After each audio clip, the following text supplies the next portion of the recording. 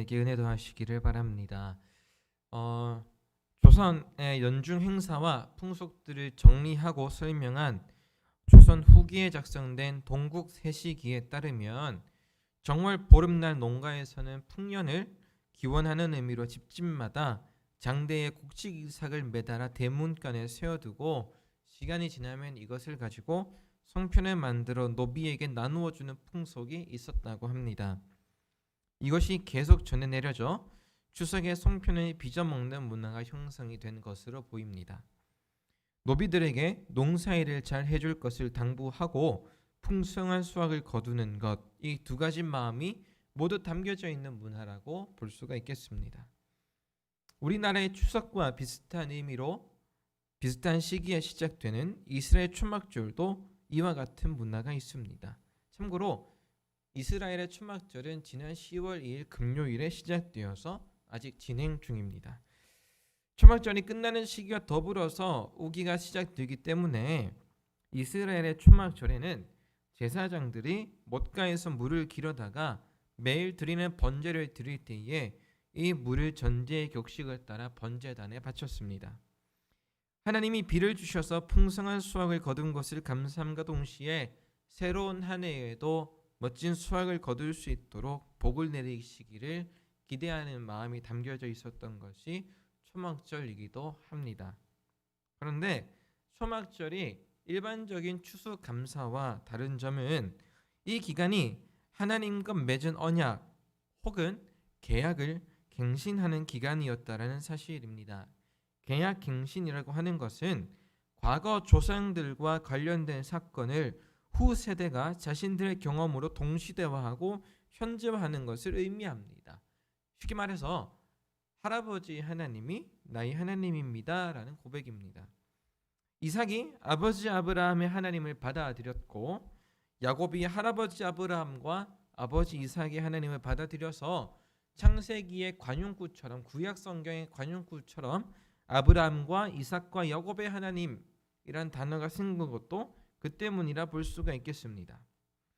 출애굽 당시 시내산에서 하나님과 맺은 언약을 이스라엘이 세월이 지나도 잊지 않고 거친 역사 안에서 중요한 순간마다 다시 확인해 나가는 과정이 계약 갱신입니다. 그때 하나님과 그리고 그때 살았던 사람들과 지금 살아가는 사람들은 다르기 때문에 다시 한번 하나님의 말씀을 되새김질하는 것이 필요했다라고 이해하면 훨씬 수월하리라 생각을 합니다. 그러면 이 계약갱신 하나님의 말씀을 지금 내가 살아가는 것에 빗대어 다시 이해하는 과정들을 성경 본문에서 몇 가지 살펴보면 제일 먼저 하나님과 언약을 맺은 것을 한번 보겠습니다. 출애굽기 24장과 32장에서 보게 되면 모세가 처음 시내산에 올라 하나님께 돌판을 받는 과정이 기록이 되어 있는데 제법 상세하고 길게 그 과정이 설명이 되어 있고 그 내용도 풍성하게 기록이 되어 있습니다.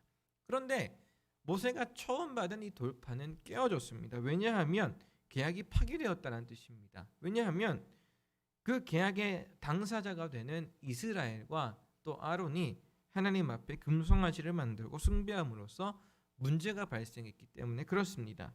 그래서 출애굽기 34장을 보게 되면 다시 하나님께서 처음 판에 있던 말을 적어주시겠다고 하시고 모세를 부르시는 내용이 담겨져 있습니다. 두 번째, 가나안 정복을 앞두고 이스라엘은 모압 평지에서 하나님의 언약을 재확인함과 동시에 그들이 지켜야 될 의무를 확인합니다. 신명기 5장 1절에서 10절까지 적혀있는 내용으로 제가 살짝 중약해서 읽어드리면 모세가 온 이스라엘을 불러 그들에게 이르되 이스라엘아 오늘 내가 너희의 귀에 말하는 규례와 법도를 듣고 그것을 배우며 지켜 행하라. 우리 하나님 여호와께서 호렙산에서 시내산입니다. 우리와 언약을 세우셨나니 이 언약은 여호와께서 우리 조상들과 세우신 것이 아니요 오늘 여기 살아있는 우리 곧 우리와 세우신 것이라. 이게 우리 조상들과 세운 언약이 아니라 지금 우리와 하시는 언약이다라는 말씀입니다. 세 번째, 가나안 정복 전쟁을 거의 끝낸 시점에서 여호수아 시대의 세겜에서 이러한 비슷한 언약이 있고 네 번째, 여호수아 임종 직전에 세겜에서 거행된 계약 갱신 사건입니다. 우리가 너무나도 잘 알고 있는 여호수아 24장 15절을 보게 되면 만일 여호와를 섬기는 것이 너희에게 좋지 않게 보이거든 너희 조상들이 강 저쪽에서 섬기던 신들이든지 또는 너희가 거주하는 땅에 있는 아모리 족속의 신들이든지 너희가 섬길 자를 오늘 택하라. 오직 나와 내 집은 여호와를 섬기겠노라. 그리고 마지막 다섯 번째로 예시를 들 것이 가장 중요합니다. 바벨론 포로 기반 이후 제2성전 시대라고 불리죠. 느헤미야 8장 1절에서 8절을 보게 되면 이스라엘 민족이 처한 중대한 일을 앞두고 하나님 앞에서 행한 계약갱신이 명절인 초막절에 행해졌다라는 보다 더 구체적인 예시가 적혀 있습니다. 학사 에스라는 초막절에 모세의 율법을 낭독하고 레위기 23장에서 기록된 바 초막에서 거주하며 너희를 이끄신 하나님을 기억하라고 하신 그 말씀 그대로 지켜 행하고 여덟째 날에 성회를 열었습니다. 여러분, 이스라엘은 개인의 삶과 계절의 중요한 전환점인 초막절마다 조상들이 경험한 하나님의 은혜를 회상하고 과거 이방신에게 유혹되어 하나님을 배반했던 죄를 회개하고 새롭게 하나님에 대한 충성을 확인했을 것으로 보입니다. 다시 말해서 초막절이라고 하는 것은 풍성한 것과 복을 누리는 그런 절기일 뿐만 아니라 그것을 주시는 유일한 근원이신 하나님 앞에서 내 자신을 점검하는 시간이었다라는 사실입니다. 하나님 앞에서 잘못된 것을 돌이키고 회개하여 용서를 받고 다시금 언약 백성으로서의 지위를 획득하는 명절이 끝난 후, 그러니까 초막절이 끝난 후에 예수님께서는 그 앞에 서 있는 한 사람을 만나셨습니다. 여전히 용서받지 못한 채로 용서를 바라기에는 너무나도 큰 죄를 지은 나머지 아무것도 하지 못한 채 서기관과 바리새인들에 의해서 끌려 나온 한 여인이었습니다. 예수님께서는 이례적으로 이 여인을 향해 죄 없다 하지 않으셨습니다. 죄 있다고 하셨습니다. 그녀를 끌고 온 서기관들과 바리새인들과 또 정죄하고 있는 많은 사람들의 행동을 무작정 꾸짖지도 않으셨습니다.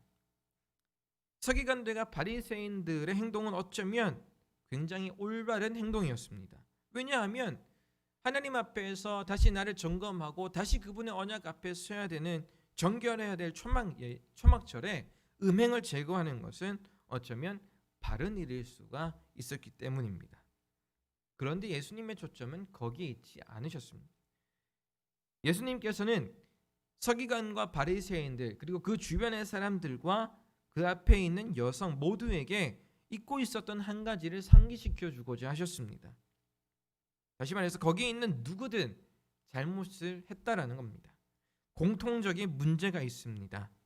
이 여인에게나 서기관들과 바리새인에게나 동일하게 가지고 있는 문제는 계약의 주체이신 예수 그리스도를 어느 누구도 알아보지 못했다라는 사실. 다시 말해서 초막절에 주 되셔야 될 예수 그리스도가 성전 중간에 명절 중간에 올라가셨음에도 알아보지 못하고 어느 누구도 무시하고 있었던 그것을 예수님께서는 지적하고자 하셨습니다. 가장 먼저 서기관들과 바리새인들에게는 초막절 본연의 의미를 상기시켜 주고자 하셨습니다. 그들이 알고 있어야 했던 사실 중 가장 중요한 것은 하나님에 대한 올바른 인식입니다. 명절 그 자체가 중요한 것이 아니라 하나님을 아는 것이 중요합니다. 정말 중요한 하나님을 인식하지 않고 명절만 지키는 것은 그냥 노는 것이지 하나님 앞에서 바른 행동은 아니었을 것입니다. 새 언약의 주체 되시는 예수 그리스도를 그들은 분명히 보았어야 됩니다. 그분을 보고 만나고 인정하고 나서야 하나님 앞에서 과거 조상들이 계속해왔던 계약이 갱신될 텐데 그분을 알지 못하니 하나님과 이스라엘의 관계는 더 이상 진전될 수가 없습니다. 초막절 중간에 그리고 명절의 끝날에 예수님께서는 하나님의 말씀인 자신을 밝히셨지만 그들은 전혀 인식하지 못합니다. 누구든지 나에게로 와서 마셔라라고도 말씀하시지만 그 역시 알아차리지 못합니다.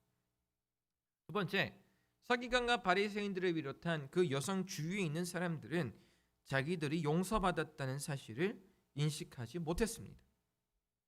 수없이 많이 하나님을 배반하고 이방신을 비롯한 사람들과 음행을 했지만 하나님은 그들을 용서하셨다는 사실을 잊고 있었습니다. 어쩌면 너희 중에 죄 없는 자가 돌로 치라는 말씀은 너희도 죄가 있었지만 하나님이 용서하지 않으셨느냐, 그러니까 너희도 용서하라 라는 말씀은 아니었겠습니까? 음행중 잡힌 여인에게 예수 그리스도는 살아가는 동안 자신을 오롯하게 봐준 유일한 사람이었을 것입니다. 사람에게 있는 가장 기본적인 욕구는 자기 자신이 타인에게 온전히 받아들여지는 것입니다. 내가 의미 있는 존재로 누군가에게 받아들여질 때 사람은 외롭지 않습니다. 그래서 하나님은 아담 옆에 하와를 만들지 않으셨습니까? 그러나 그것이 하나님을 정한 질서에서 벗어날 때에는 온전히 받아주기가 어려워집니다. 아담과 하와가 하나님을 벗어났을 때 서로를 받아주기보다 비난했던 것을 그 예로 들 수가 있겠습니다. 음행, 잘못된 질서를 통해서는 사람은 그 삶의 의미를 찾을 수가 없습니다. 예수께서는 그 죄를 정죄하고자 하지 않으시고 그녀가 삶에서 놓치고 있었던 근원적인 문제를 다루셨습니다. 그것은 하나님과 전혀 관계가 없는 이 여성이 예수 그리스도 앞에 있음으로 인하여 하나님과 관계가 형성이 되었습니다. 예수께서 다시 죄를 짓지 말라 말씀하신 것은 너 이제 죄를 지으면 이제는 죽을 거야가 아니라 그 말 자체가 예수님과 그녀 사이에 끊을 수 없는 관계가 형성이 되었다는 사실을 알려주는 구절입니다. 예수 앞에 서 있는 한 사람, 그녀를 통한 이야기에서 우리는 우리를 고발하지 않으시고 다만 새로운 관계로 우리를 부르시는 예수 그리스도를 만나게 됩니다. 다시 말해서 예수 앞에 서 있는 그 음란한 여성, 음행한 여성을 통해서 우리가 생각해야 될 점은 그녀가 무슨 죄를 지었는지, 예수님께서 심지어 땅바닥에 어떤 이야기를 쓰셨는지 누가 판단할 수 있는지의 문제가 아닙니다. 예수님께서 땅바닥에 쓰신 이야기가 정말 중요했더라면 성경에 기록이 되어 있겠죠. 그것이 아니라 하더라도 뒤에 하신 예수님의 말씀을 통해서 그가 무슨 내용을 땅바닥에 적었는지는 쉽게 추측 가능합니다. 정말 중요한 것은 우리가 정말 이 이야기를 통해서 알아야 되는 것은 매일 반복되는 일상생활 속에서 심지어 내가 죄를 범하였다 생각되는 그 상황 속에서도 나와 내가 하나님과 관계가 있느냐라는 것을 인지하는 능력입니다. 반복되는 명절, 초막절을 통해서 하나님과의 언약을 다시 맺음에 있어 중요한 것은 언약을 맺는 그 조목조목이 아니라 그것을 해야 된다라고 하는, 하나님을 기억해야 된다라고 하는 그 동작, 그것이 가장 중요하다라는 겁니다. 여러분, 명절에 음식을 장만하는 거 중요하죠. 깨끗하게 옷 입는 거 중요하고 뭐 다 중요하지만 가족 간의 관계가 틀어진다면 그거 여러분 다 의미가 있습니까? 믿음의 길을 걸어가는 우리에게 하나님에 대한 바른 인식과 돌이킴, 그리고 하나님에 대한 인식 없이 맹목적으로 과거를 답습하여 교회의 행사와 절기를 지킨다면 그 모든 것의 주 되시는 하나님과의 관계가 우리는 없다고 볼 수가 있겠습니다. 제일 중요한 것은 예수 그리스도입니다. 우리가 어떤 상황에서든 우리가 마주하는 일상이 명절이든 평일이든 가리지 않고 중요한 것은 내가 예수 그리스도 앞에 서 있는 한 사람이다라는 것입니다. 죄를 짓지 말아야 된다, 죄를 지어야 된다, 죄를 짓고 나서는 어떻게 해야 된다라는 그런 행위적인 것을 이전에 우리가 가장 늘 먼저 생각해야 되는 것은 오늘 내 앞에 계신 예수께서 내 삶과 우리 교회에 원하시는 것은 무엇인가를 고찰해내는 능력에 있습니다. 명절을 어떻게 보내셨을지 모르겠습니다. 교회에서 제공한 예배 순서지를 가지고 예배를 드렸던 분들도 계실 터이고 또 여행을 가셨던 분들도 분명 계시리라 생각을 합니다. 여러분이 했던 행동들이 어떠한 행동이든 관계없이 그 모든 것에는 예수님이 함께하고 계셨을 것입니다. 따라서 여러분들의 일상생활 속에서 분명 예수님께서는 말씀하고 계셨을 것이고 여러분들의 삶의 중심에 그분이 계신다라는 것을 알아주기를 원하셨을 것입니다. 명절 시작부터 끝까지 그리고 끝난 이후에 이 음행한 여자를 만나기까지 예수님께서는 이스라엘 백성과 꾸준히 함께 하셨습니다. 그들이 인지하고 있던 인지하지 못하고 있던 예수께서는 동행하셨습니다. 그리고 자기가 하나님 되심을 자기를 통해서만 하나님께 나아갈 수 있음을 끝없이 이야기하고 계셨습니다. 우리는 우리 삶에 예수께서 함께하고 계시고 날마다 말씀하고 계시다라는 것, 그리고 그분의 말씀이 우리에게서 결코 멀지 않다라는 것을 인식하고 날마다 하나님의 뜻과 하나님의 은혜를 구하는 우리가 되어야 될 줄로 믿습니다. 명절은 반복됩니다. 그리고 매일매일 또 반복됩니다. 반복되는 일상과 명절 관계없이 하나님께 집중하는 저와 우리 상일교회가 되기를 간절히 바랍니다. 기도하겠습니다. 살아계신 하나님, 명절 추석 기간 동안 우리 모두를 지키신 하나님의 은혜에 감사를 드립니다. 좋은 일이 있었을 수 있겠고 나쁜 일이 있었을 수도 있겠습니다. 가족들과 화목했을 수도 있고 분쟁이 있었을 수도 있겠습니다만 그 모든 자리에 하나님께서 함께하고 계셨고 그 중심에 예수께서 서 계셨음을 알아 오늘 또 우리의 마음을 정돈하고 우리를 날마다 그 앞으로 생명의 물가로 부르시는 예수 그리스도께로 나아가는 우리 상일교회가 되게 하여 주십시오. 오늘도 감사드리며 예수님의 이름으로 기도합니다. 아멘.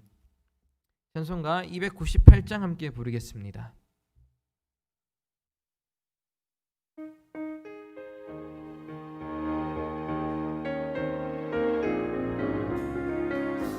속죄하